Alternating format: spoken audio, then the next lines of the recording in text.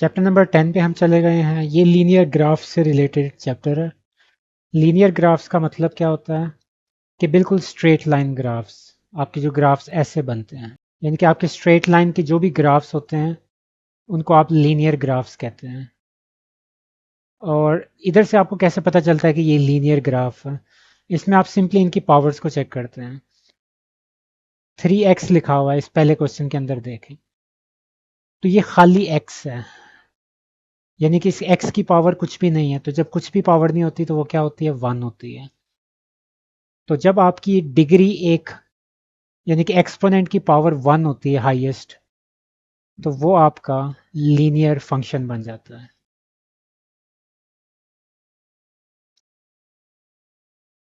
तो ये आपके लीनियर फंक्शंस होते हैं, और लीनियर फंक्शंस का जब भी ग्राफ बनेगा वो हमेशा स्ट्रेट लाइन ग्राफ होता है, सीधी लाइन होती है। अब इस क्वेश्चन को अटेम्प्ट कैसे करना है? इसका एक टेबल बना लेते हैं।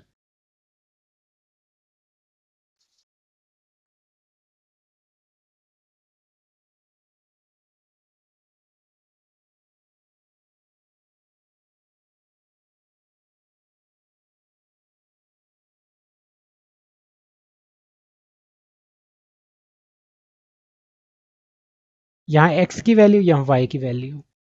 तो मैं बिल्कुल ज़ीरो से स्टार्ट करूँगा। तो ये आपके पास इक्वेशन है। स्केच करना है हमने ग्राफ को। तो आपने बारी बारी वैल्यूज़ पुट करनी है, क्योंकि आपको पता है कि आपका जो ग्राफ होता है वो इस तरह का होता है।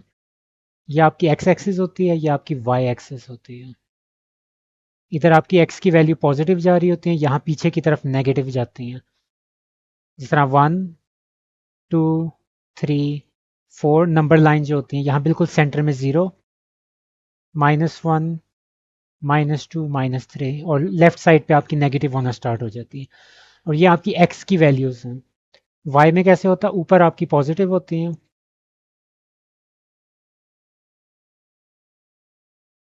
और नीचे आपकी नेगेटिव होती है। और ये y की वैल्यू है, यानी कि y-2 है, ये x-2 है। तो इस तरह आपका चलता है। तो मुझे टोटल 5, मैं अमूमन ना 5 वैल्यूज हमेशा उठाता होता हूँ। ये वाली, ये वाली, ये वाली, ये, और फिर इधर से। यानी कि मैं इस एरिया में ना x का ये वाला एरिया, इसमें मैं देखता होता हूँ कि यहाँ ग्राफ कितना, उसकी शेप क्या बनेगी। तो मैं यहाँ वही करूँगा। सबसे पहले मैं x की वैल्यू 0 पुट कर रहा हूँ। तो यहाँ 0 पुट करके देख लें। ये आप रफ में भी कर सकते हैं, नीट में भी कर सकते हैं। तो -5 आ गया। y की वैल्यू क्या आ गई? -5। उसके बाद बारी बारी आपने ये और इस साइड पे दो वैल्यूज, -1, -2, ये आपने पुट करनी है। 3 की वैल्यू 1 पुट कर दें, ये आ गया। ये आप जल्दी जल्दी कर सकते हैं, इतना मुश्किल काम नहीं है। बस वैल्यूज पुट करनी है और आंसर निकालते जाना। ये पॉजिटिव हो गया। अब नेगेटिव वैल्यूज पुट करना स्टार्ट कर दें। पहले -1,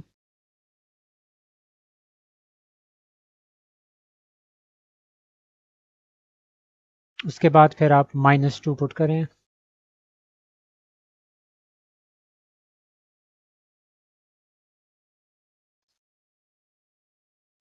तो ये जो आंसर वैल्यूज आ रही है ना, ये आपकी y की वैल्यूज हैं। y इज इक्वल टू है। तो अब आपने इसको प्लॉट कैसे करना, वो असली चीज़ है।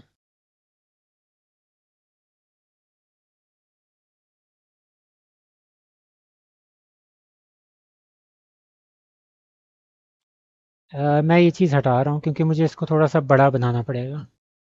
जितना बड़ा होगा उतना ज़्यादा क्लियर आएगा।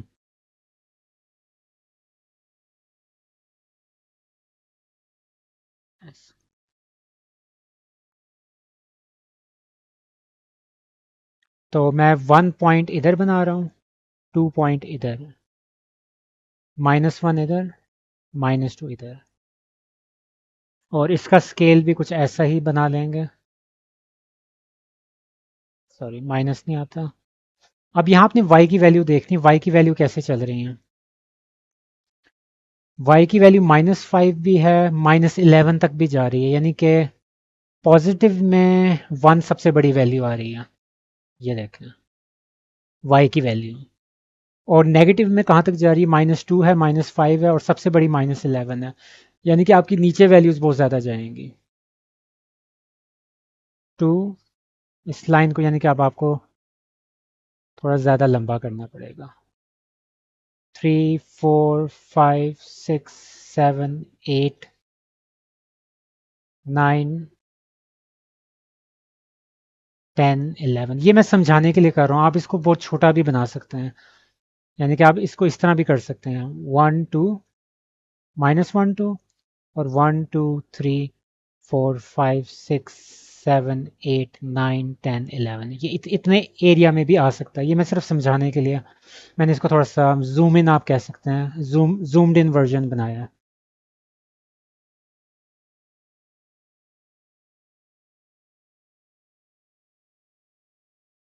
अमूमन पहला पार्ट थोड़ा ज़्यादा डिटेल से समझाया, मैं समझाता हूँ तो, क्योंकि इसमें बेसिक्स इन्वॉल्व होती हैं, वो अमूमन मैं बाद में रिपीट नहीं करता।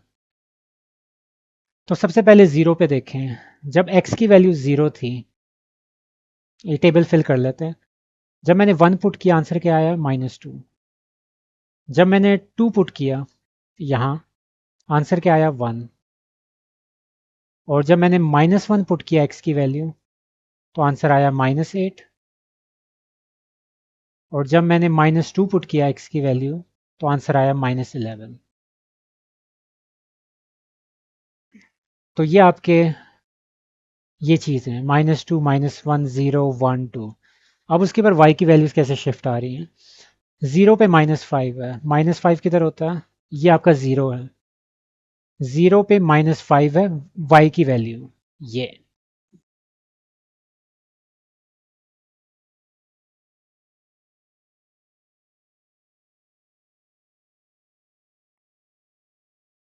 उसके बाद 1 के ऊपर -2 आ रही है, 1 के ऊपर -2 है y की वैल्यू, ये 1, और इधर से -2, ये पॉइंट बनेगा इनका बिल्कुल, जहाँ मीटिंग पॉइंट है, x का 1, y का -2, और 2 के ऊपर 1 है, ये 2 है, y का 1, x का 2, ये मीटिंग पॉइंट कुछ इस तरह बनता है।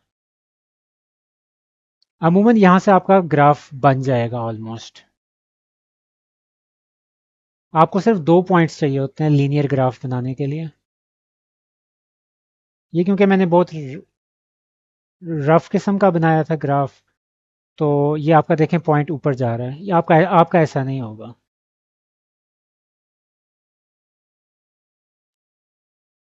तो ये कुछ इस तरह का ग्राफ बन जाएगा। इसको थोड़ा सा शिफ्ट कर सकते हैं इधर की तरफ, ऐसे। और बाकी आपके पॉइंट्स जो -1 पे 8 आ रहा है, ये -1, और इधर 8 है, तो तकरीबन इधर। क्योंकि अब यहाँ आप एक बात सुन लें कि ये इशू क्यों आया, कि पॉइंट्स इधर इधर हिल क्यों रहे हैं, क्योंकि ये देखें, ग्राफ के लिए आपकी जो पॉइंट्स होते हैं ना, दो दो पॉइंट्स के दरमियान फासला बिल्कुल बराबर होना चाहिए। अब इधर से इधर तक का देखें डिफरेंस होगा, इधर से इधर मैंने थोड़ी सी ज़्यादा बना दिया, इधर से इधर ज़्यादा, इधर से इधर फिर कम है, तो ये चेंज आ रहा है, इसकी वजह से आपका ग्राफ परफेक्ट नहीं बनेगा। तो बेहतर है कि वो जो स्केल की लाइंस होती हैं ना, उसके अंदर 1 सेंटीमीटर ले लें, ½ सेंटीमीटर कर लें, तो उस हिसाब से फिर आप ये अपनी नंबरिंग डालें। -2 पे 11 है, ये मैं रफ कर रहा हूँ, -2 और ये 11 आएगा यहाँ कहीं। तो फॉर एग्जांपल यहाँ पॉइंट आ रहा है कोई इसकी सीध, तो इस तरह आपका एक ग्राफ प्लॉट हो जाता है।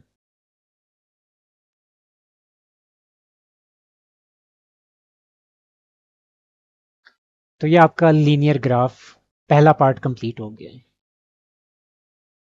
सेकंड पार्ट है, इसके लिए मैंने ये चीज़ें एज इट इज़ रहने दी हैं, क्योंकि हमने यही चीज़ें यूज़ करनी है। एक्स की वैल्यू मैं फ़िलहाल यही डालूंगा। फंक्शन आपका है y is equal to -2x + 8। तो पहले 0 पुट कर दें,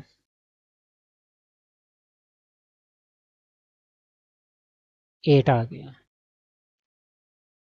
फिर 1 पुट कर दें,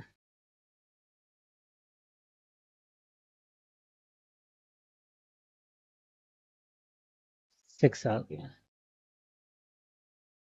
फिर 2 पुट कर दें, 4 आ गया। यहाँ से कुछ आपको पैटर्न भी पता चल जाएगा। ये देखिए दो दो का डिफरेंस आ रहा है, इनमें आपको पैटर्न नज़र आ सकता है। तो यहाँ 10 हो जाएगा, यहाँ 12 हो जाएगा, लेकिन फिर भी एक दफ़ा चेक कर लेते हैं।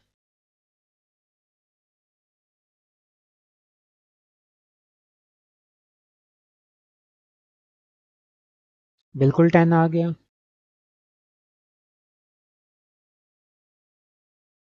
बिल्कुल 12 आया। अब ये आपके पास जब ये टेबल बन जाता है, इसका मतलब है अब आसानी हो गई आपको। और y की वैल्यू अब इस दफ़ा पॉजिटिव में है, तो अब आपको यही ग्राफ ऊपर की तरफ बनाना है ऐसे। थोड़ा सा एक्सटेंड कर दें, 1 2 3 4 5 6 7 8 9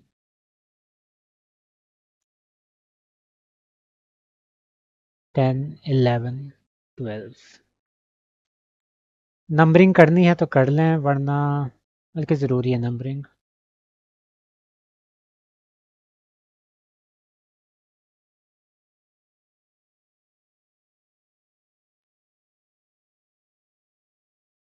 ये कैसे नंबर मैंने कोई खाया है? 6 7 8 9 10। चलें, अब 0 पे 8 आ रहा है, ये आपका 0 है। x की 0 पे y की वैल्यू 8। ठीक हो गया। 1 पे 6, x की वैल्यू 1 पे y की वैल्यू, x की वैल्यू 1 मुझे कैसे पता चला? ये देखें, ये ऊपर वाली x की वैल्यू है, नीचे वाली y की वैल्यू है, तो बिल्कुल इस तरह देखना। x की वैल्यू 1 पे y की वैल्यू क्या बन रही है? x की वैल्यू 1 पे y की वैल्यू 6 है, इसके बिल्कुल सामने। x की वैल्यू 2, y की वैल्यू 4। x की वैल्यू 2, y की वैल्यू 4। यहाँ से आपको थोड़ा देखें, स्ट्रेट पॉइंट्स आ जाएंगे आपके एक लाइन में। x की वैल्यू -1, y की वैल्यू 10। x की वैल्यू -2, y की वैल्यू 12। इसकी सीध में जाके बिल्कुल 12। तो ये आपको यहाँ से नज़र आ रहा है कि ये ऑलमोस्ट स्ट्रेट लाइन ही बन रही है। कुछ पॉइंट्स ऊपर नीचे हैं जो कि मैंने वजह बताई है कि ये आपका डिस्टेंस मैंने यहाँ बराबर नहीं ले रहा उस वजह से, वरना ये आपकी लाइन जब आप स्केल के ज़रिए लेंगे तो ये आपकी लाइन सही बनेगी, स्ट्रेट आएगी और पॉइंट्स में से गुजर रही होगी। लास्ट पार्ट है 0.5। 0.5 को हम लिख सकते हैं 1/2, इस तरह भी। अब यहाँ मैं आपको एक आसान तरीका बता रहा हूँ कि यहाँ आप पॉइंट्स कैसे आप ले सकते हैं। अब यहाँ देखें, क्योंकि नीचे 2 आ रहा है, तो ये आपके पास बड़े अजीब सी हो जाएगी। अगर फॉर एग्जांपल मैं x की वैल्यू फॉर एग्जांपल 1 ले रहा हूँ यहाँ, तो आपके पास ये चीज़ फ्रैक्शन में चली जाएगी। तो फ्रैक्शन में सॉल्व करना कैलकुलेटर में मुश्किल नहीं होता, लेकिन प्लॉट करना बड़ा मुश्किल हो जाता है। तो इस चीज़ को आपने ऐसे नहीं करना। तो कैसे करना है? इस नंबर को देखें जो डिवाइड, जो डिनोमिनेटर में होगा, ये नंबर क्या है? 2 है। तो x की जगह पे आपने हमेशा, अगर नीचे 2 आ रहा है तो 2 का टेबल यूज़ करना है x की जगह, क्योंकि x की वैल्यूज़ आप अपनी मर्ज़ी से लिखते हैं। तो इस केस में अब मैं 2 का टेबल यूज़ करूँगा बजाय 1 2 1 1 की वजह से, क्योंकि आपको पता है कि फ्रैक्शन में काम चला जाएगा। तो मैं यूज़ ही ये करूँगा, 2 का टेबल इधर भी और इधर भी, 2 4 और -2 -4। अगर यहाँ 3 होता, डिवाइड डिवाइड ओवर 3 होता, तो फिर मैंने यहाँ 3 6 यूज़ करना था, यहाँ -3 -6। उससे आपको फ्रैक्शन से डील नहीं करना पड़ेगा, आप उसकी प्लॉटिंग आसान हो जाती है। सिंपल ये, सबसे पहले 0 -1 2, ये आपस में सिंपली कैंसिल हो गए, 1 -1 0।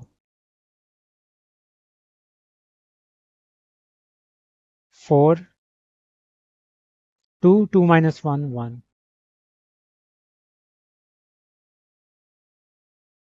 -2 -1 -1 -2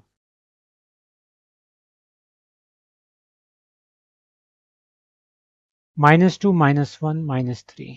तो ये आपका सीक्वेंस आएगा। अब आपके पास जो आंसर आ रहे हैं वाई के, वो भी आपके इंटीजर्स में ही आंसर आ रहे हैं, रैशनल नंबर्स में नहीं जा रहे हैं, 1/2 वाली फॉर्म में नहीं जा रहे हैं। तो ये आसान होता है प्लॉट करना। तो मैं यहाँ अब इसकी वैल्यूज़ को एज इट इज़ चेंज कर सकता हूँ।